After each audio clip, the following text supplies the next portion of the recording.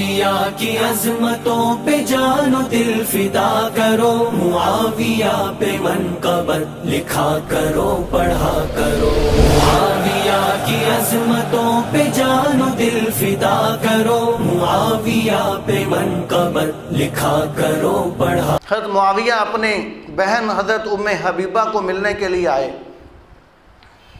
اور حضور صلی اللہ علیہ وسلم نے دیکھا کہ ام حبیبہ اور حضرت معاویہ دونوں بہن بھائی آپس میں بات چیت کر رہے ہیں، بڑے خوش بیٹھے ہیں، بڑی اچھی گفتگو کر رہے ہیں۔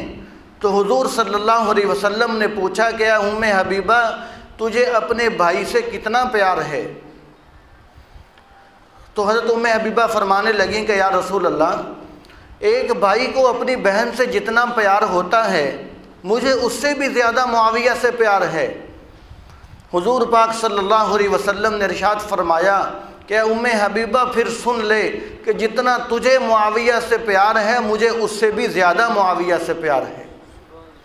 حضور صلی اللہ علیہ وسلم نے ارشاد فرمایا کہ مجھے اس سے بھی زیادہ معاویہ سے پیار ہے۔ اپنی امت کو بتلا دیا کہ دیکھو، اگر تم میرے نام لیوا ہو، اگر تم مسلمان ہو تو پھر میں تو معاویہ سے پیار کرنے والا ہوں، میں تو معاویہ سے پیار کرنے والا ہوں۔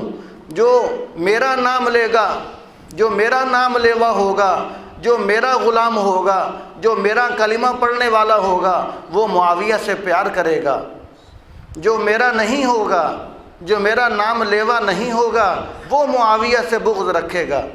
تو حضور صلی اللہ علیہ وسلم نے بتلا دیا، فرمایا کہ ام حبیبہ تو بہن ہو کر معاویہ سے جتنا پیار کرتی ہے میں اس سے بھی زیادہ پیار کرتا ہوں۔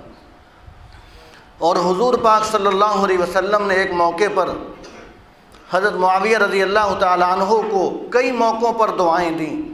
ایک موقع پر ارشاد فرمایا کہ اللہم اجعلہ ہادیا مہدیا واہد بہ، کہ یا اللہ اس کو ہادی بنا دے اور اس کے ذریعے سے ہدایت کو عام کر دے، اس کو ہدایت کے راستے پر رکھ۔ اللہ تبارک و تعالی آپ صلی اللہ علیہ وسلم نے ہدایت کی دعائیں حضرت معاویہ رضی اللہ تعالی عنہ کے لیے ارشاد فرمائیں، اور ایک مرتبہ ارشاد فرمایا کہ اللہم علمہ، اللہم علم معاویۃ الکتاب، کہ یا اللہ معاویہ کو قرآن پاک کا علم نصیب فرما۔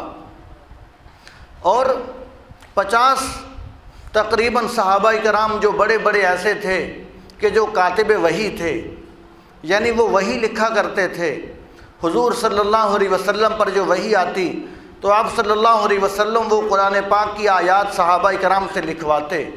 تو ان میں سے سب سے جو بلند مقام رکھنے والے جو کاتب وحی تھے وہ حضرت معاویہ رضی اللہ تعالی عنہ تھے۔ تو حضور صلی اللہ علیہ وسلم وحی لکھواتے تھے، قرآن پاک کی آیات جو جبرائیل علیہ السلام حضور کو سنا کر جاتے حضور صحابہ سے لکھوا لیتے، تو وہ آیات آپ صلی اللہ علیہ وسلم نے انہی سے لکھوائیں کہ جن پر آپ کو اعتماد تھا۔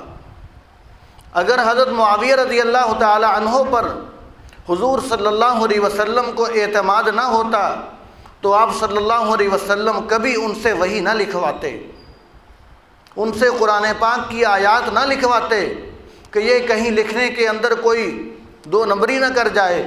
حضور صلی اللہ علیہ وسلم کو حضرت معاویہ رضی اللہ تعالیٰ عنہ پر اعتماد تھا، اسی لیے آپ صلی اللہ علیہ وسلم نے ان کو ان لوگوں میں شامل کیا کہ جو لوگ کاتبین وحی تھے، جو لوگ وحی لکھنے والے تھے۔ اور ایک مرتبہ حضرت معاویہ رضی اللہ تعالیٰ عنہ حضور کے پیچھے گھوڑے پر سوار بیٹھے تھے، جا رہے تھے، تو حضور صلی اللہ علیہ وسلم نے محبت کے ساتھ، پیار کے ساتھ پوچھا کہ اے معاویہ تیرے جسم کا کون سا حصہ میری کمر کے ساتھ لگ رہا ہے؟ تو جانتے تو تھے حضور صلی اللہ علیہ وسلم کہ سینہ لگ رہا ہے، لیکن دعا دینا چاہتے تھے۔ دعا دینے کا ایک انداز اختیار فرمایا کہ اے معاویہ تیرے جسم کا کون سا حصہ میری کمر کے ساتھ لگ رہا ہے؟ تو حضرت معاویہ فرمانے لگے کہ یا رسول اللہ میرا سینہ آپ کی پشت مبارک کے ساتھ لگ رہا ہے، آپ کے پیچھے گھوڑے پر سوار ہوں۔ تو آپ صلی اللہ علیہ وسلم نے فوراً آسمان کی طرف دعا کی، اللہ تعالیٰ سے دعا مانگی، فرمایا کہ یا اللہ معاویہ کے سینے کو علم سے بھر دیجئے، معاویہ کے سینے کو علم سے بھر دیجئے